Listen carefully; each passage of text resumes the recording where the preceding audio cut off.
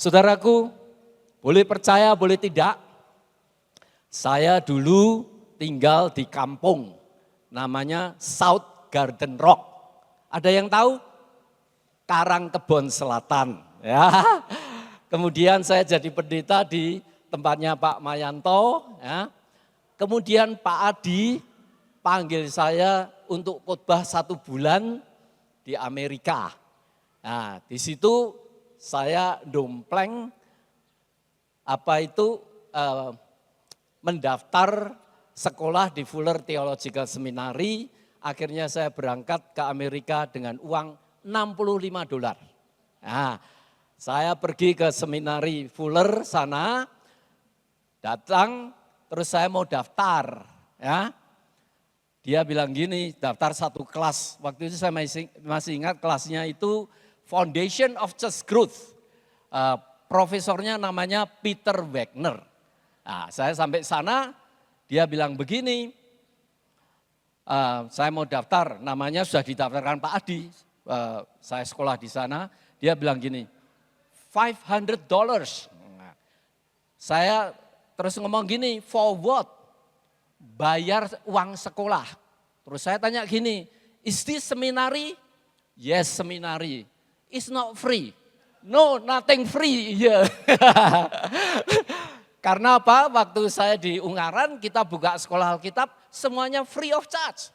Lah ini Amerika, saya pikir juga sekolah Alkitab juga free gitu. Jadi saya akhirnya ngeluntung balik. Ya, balik di rumahnya Pak Adi, numpang 1 bulan waktu itu janjiannya. Terus sampai hampir selesai, Pak Adi tanya saya, loh Handoyo katanya mau sekolah. Ya Pak Adi, bahasa Inggrisnya masih belajar, belum bisa, masih Javanese English. Jadi akhirnya Pak Adi tanya, loh kamu itu kesini mau sekolah itu bawa duit berapa? $65 Pak Adi, dia terus tertawa. Wah, $65 mau sekolah bagaimana? Dia tanya, loh kelasnya berapa? 500, oh gitu toh. Dia baik hati atau digerakkan Tuhan saya enggak tahu, mungkin bisa tanya. Nih kasih $500. Wah saya terima kasih Pak Adi, thank you Pak Adi. Nanti kalau saya punya, ya saya kalau punya duit saya akan kembaliin. Nah, dia bilang, oh enggak usah, ini perpuluhan saya. Wah dasar pendeta, saya bilang, kalau gitu sering-sering Pak Adi. Itulah kelas saya pertama dan saya sekolah 13 tahun di tempat itu. Saya sungguh mengucapkan banyak terima kasih Tuhan pakai ya Bapak rohani saya dari kecil sejak saya jebrol kenal Tuhan, ini beliau yang dipakai oleh Tuhan untuk mendewasakan saya secara rohani. Nah, pada waktu sekolah itu saya bergumul bagaimana ya akhirnya saya sekolah di bidang psikologi ya. Saya bergumul bagaimana saya bisa mengetahui Alkitab. Dan saudaraku, saya temukan di dalam Alkitab, kalau Alkitab itu diperas, disarikan, isinya cuma satu. Hanya satu sentence. Kasihlah Tuhan Allahmu dengan segenap hatimu dan kasihlah sesamamu manusia. Disitulah terletak seluruh rahasia Alkitab, kitab suci di seluruh dunia itu kalau diringkas isinya cuma itu. Nah sebagai ahli sekolah ilmu jiwa, saya ingin tahu bagaimana cara ngukurnya. Bagaimana impact-nya terhadap kebahagiaan manusia. Jadi saya mulai mencari, menyelidiki ya. Kalau kita itu mengasihi Allah mengasihi Tuhan dengan segenap hati.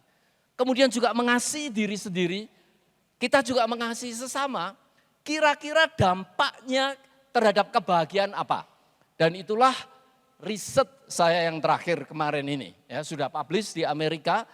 Saudaraku, saya bekerja sama dengan University of Maranatha di sini, ya, sudah publish di situ. Nah, saudaraku, pada waktu saya membuat operasionalisasi untuk mengukur kata kebahagiaan, di dunia psikologi, ada 2 konsep tentang kebahagiaan secara psikologis. Yang pertama adalah kebahagiaan hedonistik. Apa itu kebahagiaan hedonistik? Kebahagiaan hedonistik adalah kebahagiaan free from pain, increase pleasure. Jadi kalau saudara bebas dari sakit penyakit, saudara kenikmatan dalam hidup, kesenangan hidup, kenikmatan hidup bertambah, saudara makin bahagia. Kalau saudara melarat, gak punya apa-apa, sengsara begitu, saudara makin tidak bahagia. Nah, itu konsep namanya hedonistik. Increase pleasure, kurangi pain. Itu konsep pertama, hedonistik. Yang kedua adalah namanya eudaimonic. Eudaimonic itu apa? You high. Ya, semangat, high. Kemudian daimonic atau demon itu spirit. High spirit.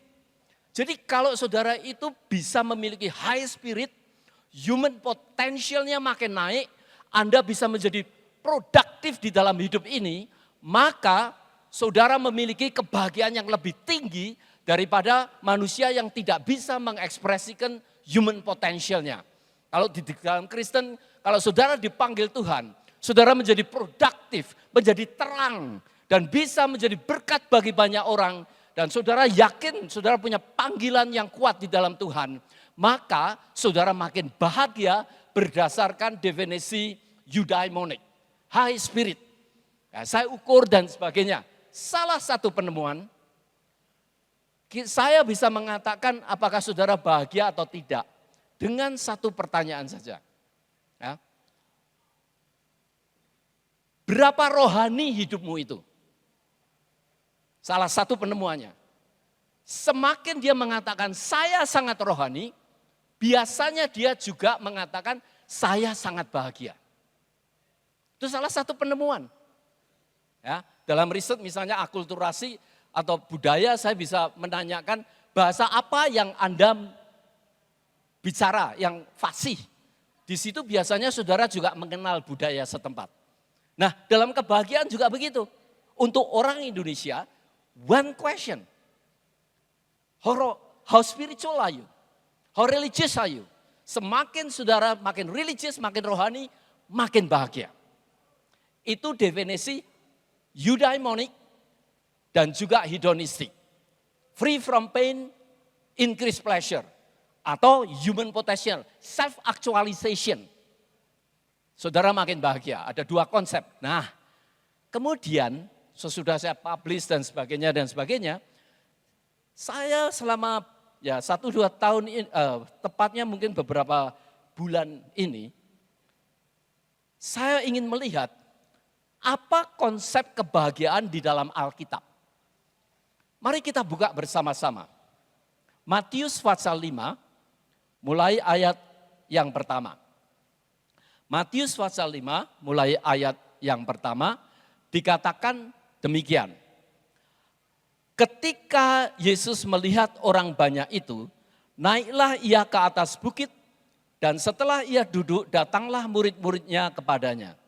Maka Yesus pun mulai berbicara dan mengajar mereka, katanya, berbahagialah orang yang miskin di hadapan Allah, karena merekalah yang empunya kerajaan surga. Berbahagialah orang yang berduka cita, karena mereka akan dihibur. Berbahagialah orang yang lemah lembut, karena mereka akan memiliki bumi.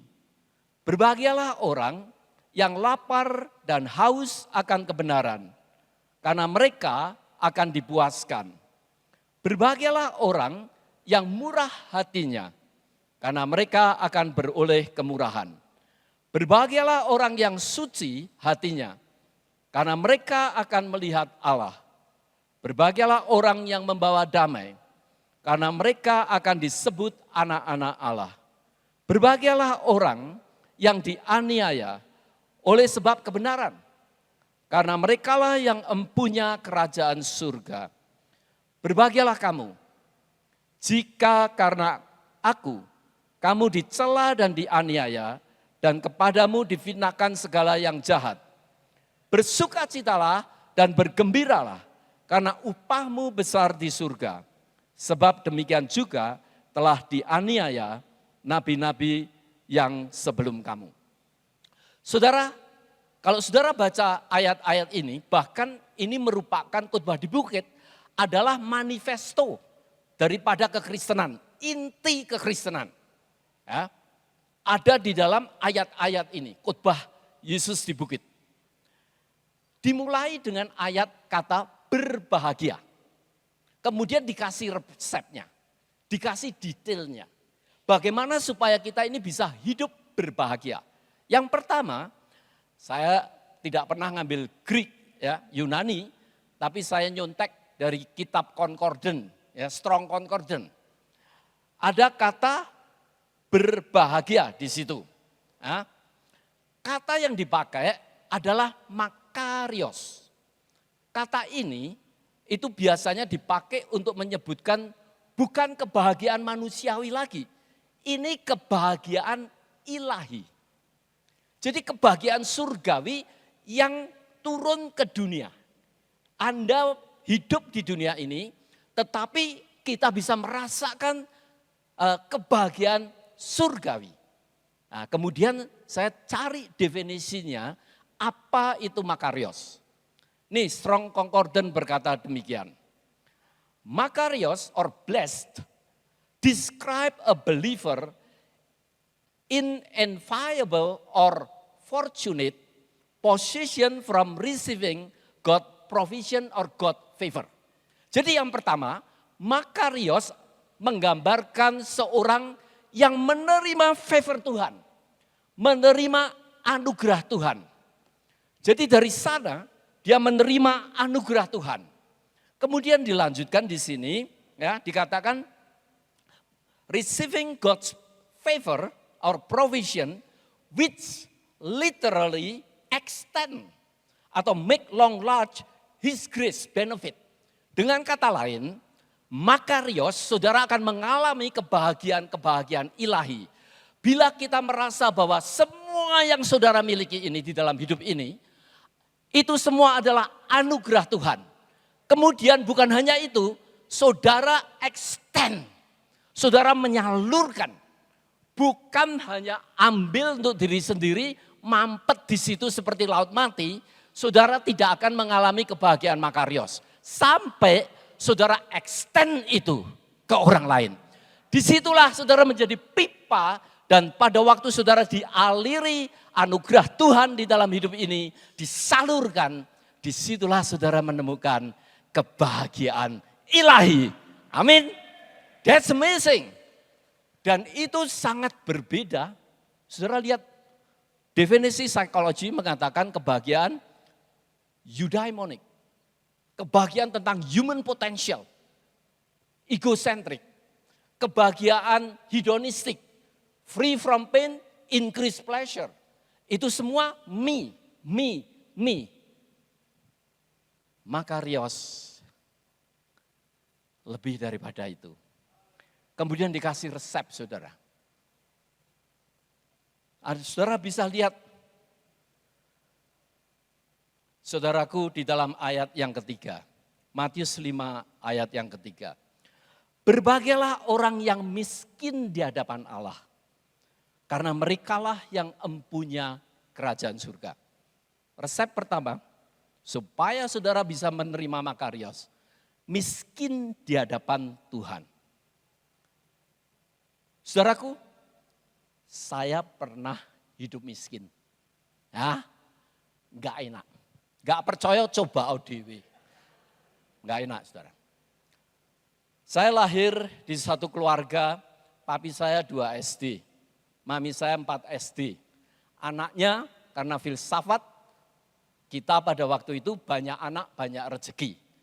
Jadi tiap tahun itu sekali 2 tahun lah ya. Mami saya produksi kuat, saudara. 8 anak. Saya anak pertama. Wah, itu setiap tahun 1,5 tahun saya di table down. Anak pertama jadi gak ada artinya gitu. 8. Nah, kita tinggal di kampung namanya tadi ya, kerennya South Garden Rock, Karangkebon Selatan. Itu kampungnya biasanya tiap tahun ya dikirimi banjir. Jadi saya kadang-kadang tidur itu di kampung, Itu tempat tidur itu bisa gak usah dipermandikan saudara. Tuhan datang mempermandikan saya tiap tahun gitu ya. Nah, kalau mau mancing di situ, wah lelenya bisa hitam, bisa kuning. Anda belum pernah lihat toh lele kuning? Saya sering lihat setahun sekali. Itu benar-benar terjadi. Kalau malam saudara tidur, kita struggle. Tidur itu bukan hanya melawan kutu, gatelan di mana-mana, bukan hanya nyamuk, tapi juga di sini. Itu kalau malam kita mancing literally kremi saudara. Saudara tahu kremi? Kalau pagi itu yang panjang, kalau malam itu gak bisa tidur geli begini. 8 orang sama 10 orang sama papi saya begini. Satu kamar itu 6 orang. Adik saya seperti pindang bandeng itu. Ya dijejer. Nah itulah kehidupan kemiskinan saudaraku. Saudara tidak percaya bahwa saya ini banyak dimakan kremi. Lihat ini sekarang slim. Loh ini bener lah. Di Amerika itu banyak orang obes. Banyak orang gemuk. Itu sekarang obatnya salah satu. Dikasih kremi, dikasih cacing. Jadi saudara yang gemuk-gemuk ini kalau udah kepengen begini, masukin aja cacing. Loh ini bener. Itu bener. Ini resep gratis saudara. Ya.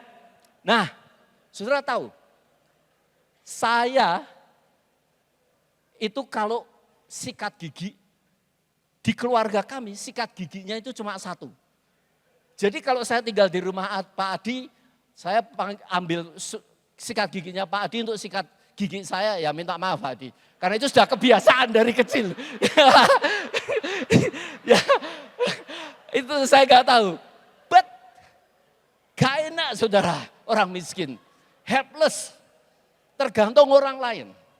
Itu hidup miskin. Tetapi bukan hanya miskin. Di sini dikatakan miskin di hadapan Tuhan. Gak punya apa-apa saudara, helpless. Desperate. Menggambarkan situasi yang desperate. Bahkan kata miskin itu petokos. P-T-O-K-O-S, tokos. Itu adalah keadaan yang helpless di hadapan Tuhan. Saudara ingin bahagia? Mari kita bergantung sepenuhnya kepada Tuhan. Termasuk kekayaanmu, termasuk hidup ini. Berapa banyak kita itu merasa bahwa ini milikku, anakku itu punyaku. Saudaraku, dalam psikologi, kalau orang tua itu begitu obses dengan anaknya tidak bisa berkembang. Anak bantat sudah. Tapi kalau kita merasa bahwa even anak, suami, istri, kekayaan, semua itu milik Tuhan. Saudaraku, itu langkah pertama, Makarios akan datang di dalam hidup kita. Kita perlu belajar untuk sangat-sangat bergantung pada Tuhan. Saudaraku, saya pernah kaya raya. Saya pernah miskin. Saya pernah, miskin lagi, kaya lagi juga pernah. Betul, kaya miskin, kaya yuyu. Betul. I'm not talking about kidding, kaya bener. Ya. Pada saat saya jatuh, salah satu kekuatannya adalah ayat ini. Semua ini adalah milik Tuhan. Semua ini bukan milik saya. Semua itu anugerah. Hidup saya, kekayaan, suami, istri, anak, pelayanan, knowledge. All belong to him. We just dependent. Dan saudara kalau bisa memberikan hal itu, Anda akan mampu mengatasi masalah apapun di dunia ini. Karena semua ini milik Tuhan, termasuk hidup kita. Kita ini helpless. Ayub di tengah kekayaan yang hebat, jatuh habis-habisan. Dia menemukan rahasia hidup. Aku lahir telanjang, mati telanjang. Terpujilah Tuhan, petokos, miskin di hadapan Tuhan. Langkah pertama, saudara ingin bahagia Makarios, mari kita bergantung kepada Tuhan. Semua ini anugerah hidup kita, kekayaan kita, apa saja yang kita miliki, mari kita bergantung pada Tuhan. Yang kedua dikatakan, berbahagialah orang yang lapar dan haus akan kebenaran, karena mereka akan dipuaskan. Cari kebenaran di dalam hidup ini. Cari firman Tuhan. Cari kerajaan Allah. Kerajaan Allah dikatakan Roma 17, bukan makan minum, tetapi kebenaran, perdamaian, dan kemudian sukacita di dalam Roh Kudus. Saudara, bukan soal makan minum, bukan hanya ekonomi, tetapi kebenaran, ya, keadilan atau damai, kemudian sukacita di dalam Roh Kudus. Saudara, saudara ingin kerajaan Allah di tengah-tengah kita, kita perlu belajar bergantung pada Tuhan. Kita perlu belajar mencari kebenaran di dalam hidup ini. Yang ketiga juga digambarkan, berbahagialah orang yang dianiaya. Saudaraku, dianiaya, haus dan lapar, miskin, menggambarkan keadaan yang sangat-sangat desperate. Manusia diciptakan Tuhan itu, kalau dia menghadapi survival, soal makan, minum, dan sebagainya, lapar, saudara tidak bisa mikir apa-apa. Saudara kalau lapar, ya, ada cerita katanya orang, penumpang kapalnya jatuh di pegunungan, tidak ada makanan, tidak ada minuman. Teman-temannya sudah mati. Apa yang terjadi? Dia tidak bisa mikir apa-apa loh. Kalau dia lapar, itu temannya bisa jadi barbeque loh. Serius. Ya, 2019 saya ke Ukraine. Kita desain pelayanan di sana, di Ukraine, 2019. Ceritanya di Ukraine dulu, itu dia mengalami Holodomor. Di mana politik Rusia pada waktu itu ingin genocide teman-teman rakyat di Ukraine. Kemudian apa yang mereka lakukan? Dilapari, saudara. Tidak dibunuh langsung, dilapari. Saudara, di rumah ada gandum, ada beras, langsung orangnya dimasukin penjara. Satu butir beras saja saudara dicabut. Itu peristiwa Holodomor. Ya. Orang yang lapar itu sudah tidak mikir apa-apa. Yang penting makan, yang penting minum. Saudaraku, ini menggambarkan pentingnya kalau saudara menerima makarios, kita harus belajar hidup kita bergantung kepada Tuhan. Kalau saudara memiliki apa saja di dunia ini, sadari ini bukan milikmu. Saudara boleh menikmati, saudara boleh melakukan apa yang Tuhan berikan pada saudara. Tapi jangan sekali-kali kita terikat dengan hal itu. Sadari ini semua adalah anugerah Tuhan. Nah, saudaraku, sekarang kita lihat bagaimana kita bisa mengembangkan makarios di dalam hidup kita. Jadi yang pertama, kasihilah Tuhan Allahmu dengan segenap hatimu, kekuatanmu, akal budimu. Yang kedua, dikatakan di dalam ayat yang keempat, berbahagialah orang yang berduka cita, karena mereka akan dihibur. Berbahagialah orang yang lemah lembut, karena mereka akan memiliki bumi. Yang pertama adalah di sini dikatakan, berbahagialah orang yang berduka cita, karena mereka akan dihibur. Yang pertama, saudaraku, Tuhan berjanji pada kita. Kalau saudara sedang susah, sedang berduka, sedang mengalami kesulitan yang berat dalam hidup ini, hati Tuhan ingin menghibur saudara. Hati Tuhan ada bersama dengan saudara.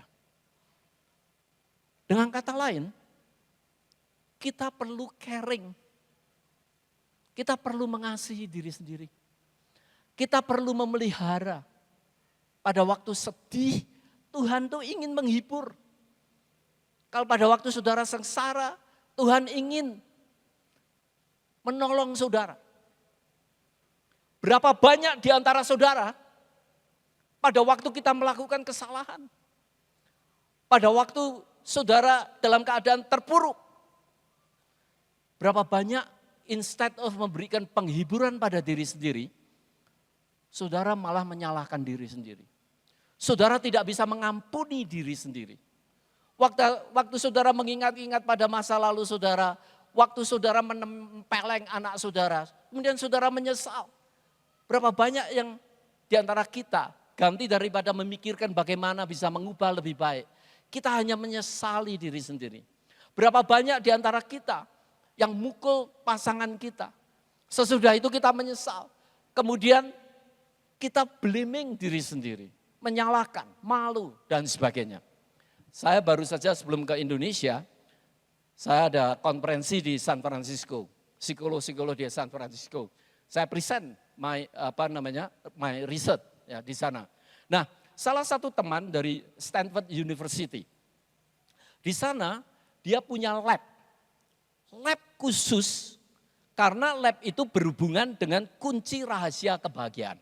Nah, well-being, kesejahteraan manusia. Salah satu lab itu dia memfokuskan diri hanya studi apa? Self-care. Bagaimana kita bisa memelihara diri sendiri? Bukankah firman Tuhan berkata, kalau saudara tidak bisa mengasihi diri sendiri, saudara tidak bisa mengasihi orang lain. Number one, self-care. Kasihlah dirimu sendiri. Sama halnya makarios adalah kalau semua yang kita terima adalah berkat Tuhan. Tetapi saudara tidak bisa mengalami makarios kalau saudara tidak menyalurkannya. Untuk menyalurkannya, jangan menutup pipa kita dengan perasaan guilty, perasaan salah, perasaan, karena Tuhan itu sudah mati buat kita. Biarpun dosa kita merah seperti kermisi, janji Tuhan telah hapuskan, itu anugerah. Terima itu, bersyukur pada Tuhan.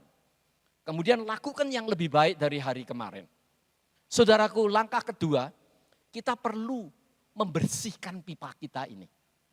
Ya, dikatakan yang pertama tadi, keadaan di mana perlu self care, di mana Anda kalau berduka, janji Tuhan akan memberikan penghiburan.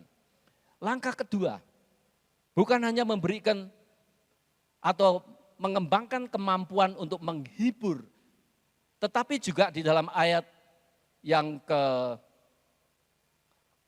atau 5 ya dikatakan, hendaklah engkau lemah lembut. Saudaraku, berbahagialah orang yang lemah lembut, karena mereka akan memiliki bumi. Ini luar biasa loh. Di riset benar-benar, that's it.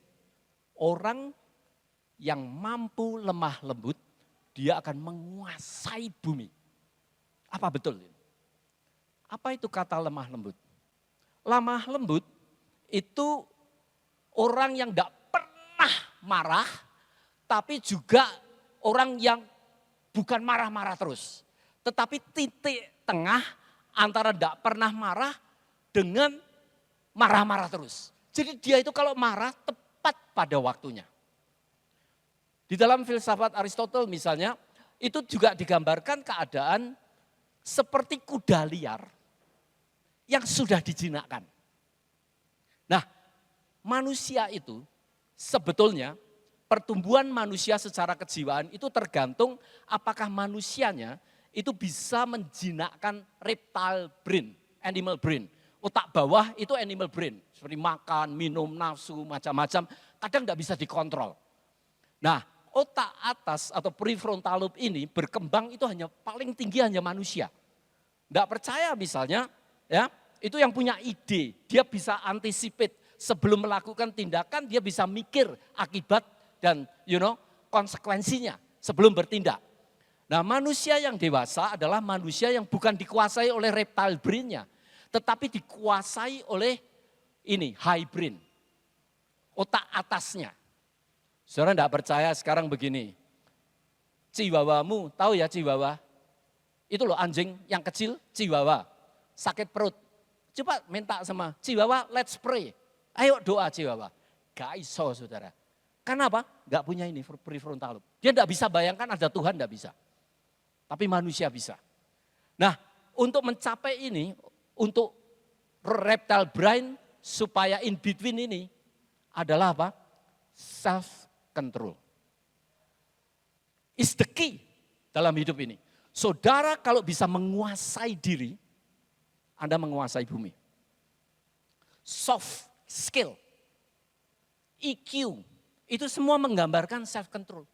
Saya bisa tes anak kecil dengan simple test, namanya marshmallow test. Kasih marshmallow, di tengah itu katakan pada anakmu, nak, kalau setengah jam lagi aku kembali, kamu tidak makan marshmallow ini, kamu dapat 2. Tapi kalau kamu ngemplok sekarang, ya, sebelum saya kembali, kamu cuma dapat 1. Pilih mana? Bedakan 2 anak nih, 2 grup. Ternyata anak yang langsung ngemplok itu hidupnya nanti akan lebih miskin daripada anak yang berani menunggu. Ya, simple like that. Academic study, dia akan punya high achievement. Dalam pelayanan, dia akan menjadi lebih leader. Saudara lihatlah, di Alkitab, orang yang bisa menahan diri, self control, Tuhan pilih jadi leader.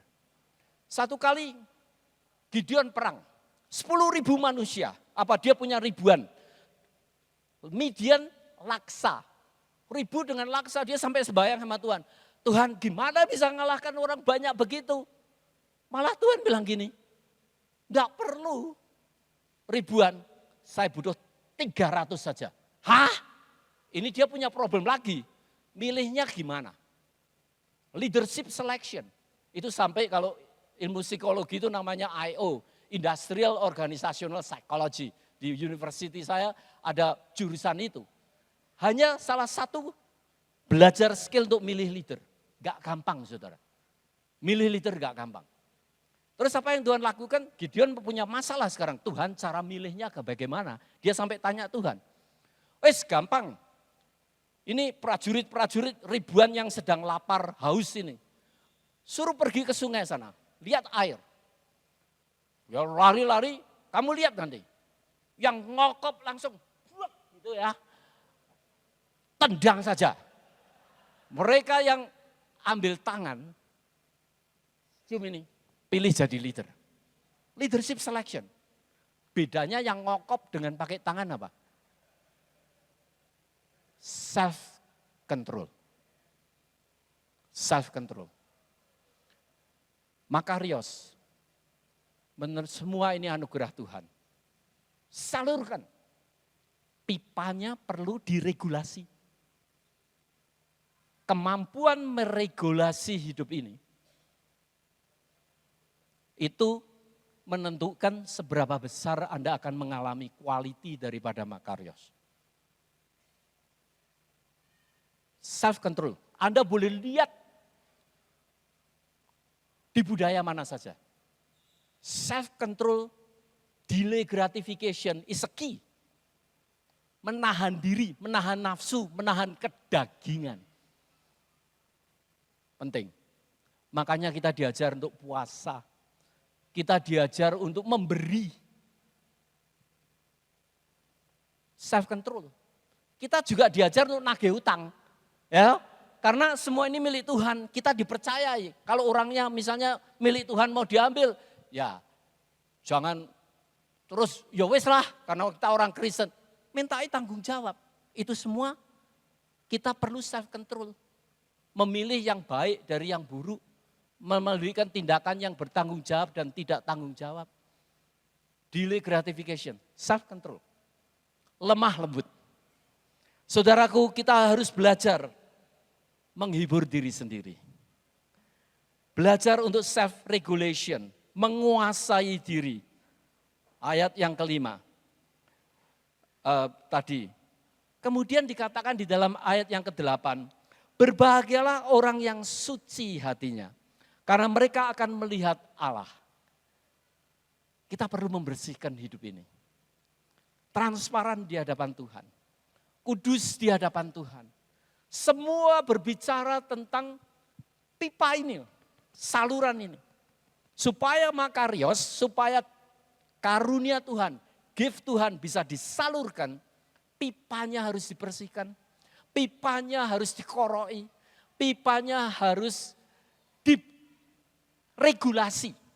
kerannya, cara buka kerannya jangan kebablasan, jangan kesedihan, yang pas sesuai dengan kehendak Tuhan. Itu yang kedua. Saudaraku, yang ketiga, dikatakan ayat yang ketujuh, berbahagialah orang yang murah hatinya, karena mereka akan beroleh kemurahan. Saudaraku Makarios, semua ini anugerah Tuhan.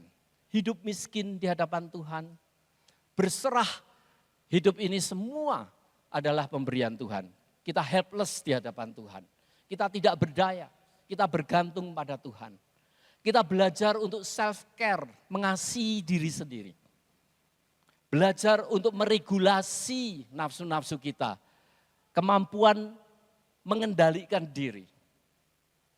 Dan yang ketiga, kita harus mengasihi sesama. Murah hati. Kalau Tuhan berbicara pada siang hari ini, mungkin Tuhan ingin berbicara untuk belajar murah hati. Saudaraku, ingat semua ini adalah anugerah Tuhan. Beri waktumu untuk Tuhan. Beri hartamu untuk Tuhan. Salurkan knowledge Anda kepada Tuhan. Salurkan waktumu untuk anak-anakmu. Berapa banyak di antara kita? Kita hidup di dunia modern saat sekarang. Orang tua yang baik, dia itu punya 3 tugas untuk parenting anaknya. Yang pertama, you must have to be a good instrumental parent. Apa itu instrumental parent? Kita harus bisa memberikan, makan, minum, papan, pangan, dan sebagainya. Kita perlu cari duit orang tua itu, supaya bisa menjadi good instrumental parent. Tapi bukan hanya itu saja, kita perlu menjadi good psychological parent. Anda perlu hadir bersama anak-anakmu. Anda perlu mendengarkan keluh kesah hatimu. Anda perlu belajar murah hati dengan waktumu untuk anak-anak. Bukan hanya cari duit. Dan yang ketiga, kita perlu juga menjadi good spiritual parent. Anda perlu menerangkan bahwa di dalam hidup ini bukan sekedar nunggu mati. Ada Tuhan yang menciptakan kita. Tuhan punya maksud, Tuhan punya mandat untuk melakukan misi di tengah-tengah dunia ini. Semua kepunyaan kita adalah milik Tuhan. Semua hidup ini adalah anugerah Tuhan. Kita diajar untuk meregulasi diri sendiri. Kita diajar untuk belajar murah hati. Saudaraku, kita hidup di dunia modern, kita menghadapi tantangan yang berat untuk murah hati. Misalnya untuk waktu untuk anak-anak kita saja. Di Amerika ini, saudara kalau untuk bisa hidup dengan 2 anak, cukup bahagia, income itu harus sekitar 100, atau kalau di California 100 sampai 150 ribu US dollars. Supaya saudara bisa hidup, bisa nyekolahkan 2 anak, tidak hidup dalam kemiskinan, punya kebahagiaan lumayan lah. 150 ribu US dollars. Rata-rata anak college yang lulus paling-paling income-nya hanya 50 ribu US dollars per tahun. Saudara bayangkan, kalau saudara mau kawin, saudara mendirikan keluarga, mau tidak mau, orang tua untuk menjadi good instrumental parent, saudara harus bekerja dua-duanya. Akibatnya apa? Siapa yang merawat anak? Kita mau menjadi good instrumental parent, tetapi kita tidak bisa menjadi good spiritual parent, good psychological parent. Itu dilemanya dunia modern ini. Ingat, kita harus balance. Hidup bukan hanya mencari uang. Berikan waktumu untuk anakmu. Berapa banyak saudara anak kita menjadi mentally ill? Anoreksik misalnya, masalah makan. Itu salah satu riset menemukan apa? Karena orang tua kurang waktu untuk anak. Dia misinterpretation between food and love. Karena kalau maminya, "Mom, I want to talk with you." Wah, aku sibuk, aku harus pergi nih, ada meeting. itu ada makanan di refrigerator. Jadi kalau minta cinta dikasih makan, minta makan dikasih cinta, akhirnya menjadi anoreksik. Itu riset membuktikan demikian. Intinya apa? Belajar murah hati. Murah hati dengan waktumu. Murah hati dengan hartamu. Murah hati dengan knowledge Anda. Berikan. Saudara, saya study 13 tahun. Saya dapat 3 master degree, 1 PhD. Kalau itu saya emplok sendiri, tidak saya bagikan, tidak mungkin saya mengalami kebahagiaan makarios. Tapi pada waktu kita membagikan hal itu, membagikan pengalamannya, banyak orang diberkati, kita sendiri itu nomor 1 diberkati. I feel happy because saudara listen, listen akan pengalaman-pengalaman yang Tuhan berikan dalam hidup kita. Saudaraku, semua di tempat kita ini dipilih Tuhan sebagai leader. Tuhan punya memberikan pengalaman unik, tidak ada manusia itu yang sama. Semua unik di hadapan Tuhan. Berikan apa saja yang Tuhan berikan di dalam hidup ini. Berikan yang terbaik. Ingat kalau kita tidak bisa, kita menjadi kurang murah hati, bicara. Ingat ayat itu. Makarios adalah Anda menerima provision Tuhan. Anda menerima favor Tuhan. Bukan hanya berhenti itu. Kalau Anda berhenti sampai situ, Anda jadi laut mati. Kemudian extend. Salurkan itu. Berikan dengan penuh tanggung jawab. Regulasi diri kita. Makanya daerah di Alkitab itu diajari patokan. Ya sudah, kalau kamu dapat sesuatu, ya at least 10% lah dibagi untuk community, untuk people of God. Tuhan tidak butuh duit loh, kita butuh duit. Kalau kita sudah 90% saja tidak bisa, akhirnya apa? Tidak ada pemerataan. Maka tidak ada shalom di dunia ini. Mari saudara, hari ini kita belajar apa? Kasihlah Tuhan Allahmu dengan segenap hati. Kasihlah sesamamu manusia seperti dirimu sendiri. Caranya bagaimana? Mari kita hidup bergantung pada Tuhan. Semua ini adalah pemberian Tuhan, kasih karunia Tuhan.